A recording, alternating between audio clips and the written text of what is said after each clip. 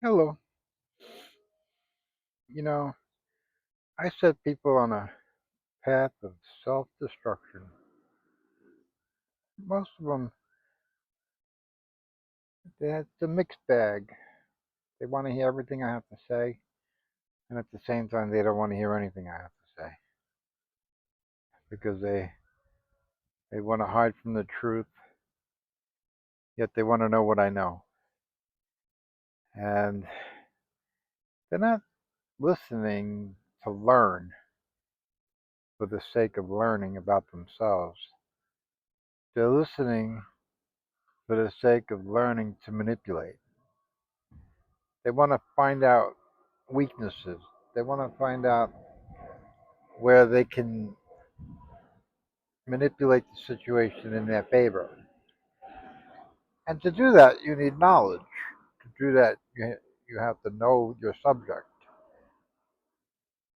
And it just doesn't work because I'm not manipulatable. You can't manipulate me. And I'm not trying to manipulate you, and I think that's the problem. I mean, you're trying to see where I'm trying to manipulate you, and I'm not. I don't care to manipulate you. Uh, I'm trying to help you in my own way, and helping you is not in the way you would think. Uh, to help you is to have you confront your own demons. And most people that have demons in their life, that's the last thing they want to do. That's the last thing they want. And part of having demons in your life is the denial of having demons in your life. You know, most people that have demons in their life, they they never admit it. They never, uh, because the demon doesn't let them, and that's part of the demon's power over you, is that they keep you with blindfolders on, and so it's hard for you to even acknowledge the demons is there. It's more of a shadow, and you don't take the shadow as being destructive or detrimental in your life, but it is. And I'm trying to point that out. I'm trying to point out the shadow and trying to break through the denial that you have that you even have a shadow. And that's not easy. And people will go to extreme lengths to say that I'm the demon and I'm the one with I'm the shadow, and you shouldn't listen to me because I'm the evil one. And that would be farthest from the truth. And that's just a reflection or a deflection of the demon trying to weaken me in your eyes so that you don't listen to me. And, that's your choice. You don't have to listen to me. You can click off this video anytime you want and any other videos I've posted. Uh, but I think because you know I'm not a demon, because you know I speak from a place of authenticity and uh, and I'm not lying to you, and I think you know that. I think your soul knows that if you don't, and and that's what keeps you from clicking off because you know something real is happening, and you're being torn because a part of you is telling you, oh, let's go find another video somewhere else, well, they'll lie to me and tell me all the great things about myself that just aren't true, and you know they're not true, and if you are a good person and you do have a good life, well, then this video probably isn't for you. Uh, this is about a person that lives his life deceiving people, wearing a mask, and thinking that nobody knows who the real person behind the mask is. And for some people, you'd be right, they don't know. And it's not because they can't, it's just they don't care. They don't care to know, you know. And if you wore a mask or didn't wear a mask, they wouldn't care either way. They just don't care about you. You're not a thought in their brain ever. And if you are, um, they don't look at you because they want to know you. They look at you as a way they can control you or manipulate you themselves because they're probably a manipulator themselves. And you know, there's a lot of bad people out there, and I think you're one of them. And I don't think you want to be, uh, and I don't want you to be. But you have to face that side of you that makes you the bad person. And the problem with the whole scenario is the leopard doesn't change its spots. So a lot of what you will do will be mute in point because you'll revert back to your evil ways. And your evil ways started from birth and the family you were born in and the ranking you held in that family, what position you held in that family. And, it's just, it's hard to escape those dynamics. Uh, if you're the firstborn, then you carry the traditional firstborn personality. If you're the youngest, you're the baby, then you carry the baby personality. And it's very hard to escape those things. But not all babies are evil, and not all firstborns are evil. Uh, so it doesn't mean that because you're born in certain levels or positions that you have to carry certain roles. I'm a firstborn, and I'm not evil. I went through evilness. I had some evil times in my life. I was born into an evil family, uh, but I'm not evil. I know a lot. I know a tremendous amount about the dark side, and I know a tremendous amount about the light side. And I'm none of them control me. I'm my own person. I'm not evil. I'm not good. I'm whatever I want to be. I can be very evil. I can be very good. And sometimes it calls for one or the other or both. And that's why I say I will do what's necessary. Uh, but you, on the other hand, are evil, and you mainly just do evil things.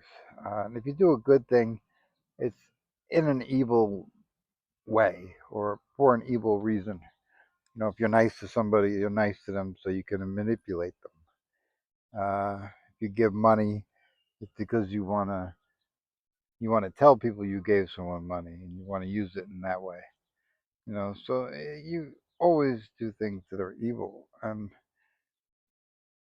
it's very hard to come away from the dark side when you're in the dark side in such a dark way, and you shy away from light. It's like when you leave a room that's completely dark and you go out into the sun and you can't see. Your eyes are like all screwed up, and it's just too bright for your light. Your eyes haven't adjusted to the new setting, and that's how it is even watching this video because I'm putting a bright light on all your darkness, and it's you're like, oh, stay away, don't say that, don't do that.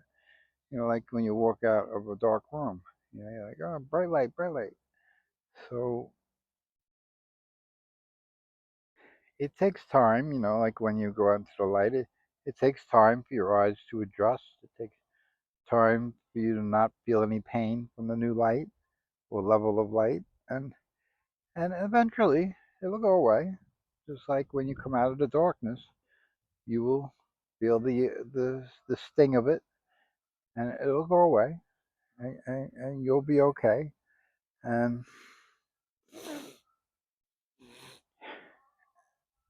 you won't want to go back in the darkness once you're in the light. You'll be like, I was in there too long, and you were, and you are, and you need to come into the light and see what life is all about. You've explored the darkness tremendously. You've looked at every angle and every position available, and you're kind of a pro at the darkness. Well, you're kind of an amateur when it comes to the light, and that's what I'm trying to bring you. I'm trying to bring you into the light, and not make you a pro of the light. That's something you have to do on your own. I'm just trying to expose you to the light so that you might want it. You might want to try it. It's like an alcoholic that never quit drinking, uh, and then he goes to the hospital or he goes somewhere else and where he can't drink, and and then all of a sudden he gets sick. He gets sick because he never stopped drinking, so his body never had to experience lack of alcohol. And at first, I mean, you can literally uh, die from uh, stopping alcohol like that, and that's why they have detoxes in hospitals because of the potential that you could die if you quit. And it's along those lines, because when you come out of the dark room, you get sick, you don't feel good, it takes a while. But when they go on the detox and they stop drinking and they're there for a while, they say, "Wow, I feel so much better." Or, my life is so different without alcohol. And now alcohol has the addictive properties to it, and there's this draw within the person to want more alcohol, even though their life got better without it.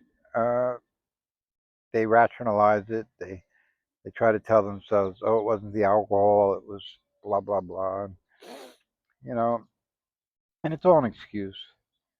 Uh, so when you come out of the darkness, you're gonna get sick, and there's a part of you that's gonna want to bring you back into the darkness and keep you in the darkness, and that's the evil side of you. That's the demons within you that want because the demons don't want to come out into the light because that kills them. They don't survive in the light, so they need you to come back in the darkness. And it's just like the alcoholic that quits drinking. Without the alcohol basically is not an alcoholic. Uh, so there's nothing wrong with him once he stops alcohol, and there's nothing wrong with you once you stop being evil. But in the same vein of one drink and they're back in the darkness, and one bad situation and you go right back into the darkness, and and that's the problem, and that's where the leopard doesn't change his spots because, like with an alcoholic is always an alcoholic for the rest of his life, and you will always be a leopard for the rest of your life, and your spots cannot change. But that doesn't mean you're useless or powerless.